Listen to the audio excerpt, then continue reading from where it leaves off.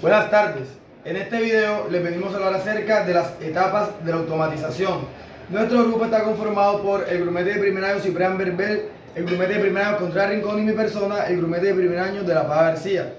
Para hablar acerca de las etapas de la automatización debemos conocer la adquisición de datos, el diálogo hombre-máquina, circuito de potencia y el tratamiento de datos. Primero que todo vamos a hablar acerca de la adquisición o detección de datos.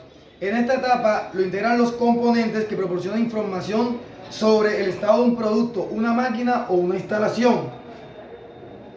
Acá podemos ver que un sensor o captador, como preferamos llamarlos, no es más que un dispositivo diseñado para recibir información de una magnitud del exterior y transformarla en otra magnitud, normalmente eléctrica, que seamos capaces de cuantificar y manipular. Podemos ver diferentes tipos de sensores como de proximidad, temperatura, magnéticos, de sonido, de presión, iluminación, inclinación, táctil de piel robótica o microinterruptores, entre otros muchos más. Circuito de potencia. El circuito de potencia es la parte encargada de controlar el consumo de energía eléctrica hacia los dispositivos. Es decir, en esta parte se suministra los diferentes tipos de energía o de corriente eléctrica a los dispositivos de la automatización. Este mismo se divide en 4 partes. El generador. En este se genera la cantidad de corriente que producía. Conductor es la parte por donde pasa toda la corriente anteriormente suministrada por el generador hacia los dispositivos. Resistencia eléctrica.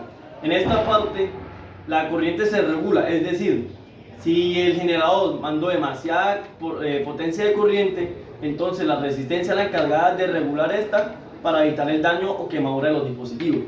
Por último podemos conocer el interruptor, que es el encargado de abrir o cerrar el paso de la corriente. También de este podemos conocer 2 partes, como son los preactores, que son contacto de potencia, electroválvulas y los variadores de velocidad. Y los actuadores, que podemos conocerlos como los cilindros, las válvulas, las bombas o cualquier tipo que genere una función dentro de los automatismos, como lo podemos ver acá. O cilindros, válvulas hidráulicas o motores o los tipos de bombas. Tratamiento de datos o circuito de control.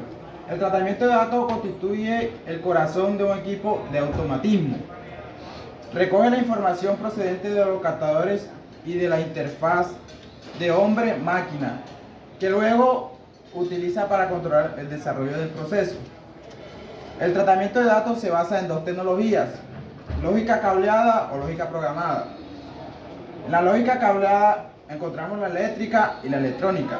En la lógica programada solo encontramos la electrónica. Automatismo cableado. El automatismo se realiza interconectado a los distintos elementos que lo integran. Modificar el funcionamiento significa modificar las conexiones de los diferentes elementos que configuran el automatismo. Automatismo programado. Su gran ventaja es un automatismo es ser altamente flexible y modificable en cuanto a su funcionamiento, ya que no requiere cambiar su conexión para cambiar el programa de funcionamiento. Muchas gracias. Y por último vamos a hablar acerca del diálogo hombre-máquina. Como podemos ver en la imagen, es aquel proceso que tiene el hombre con la máquina para poder ver y leer lo que está sucediendo con el proceso de automatización, para poder ver si hay alguna falla o algún error.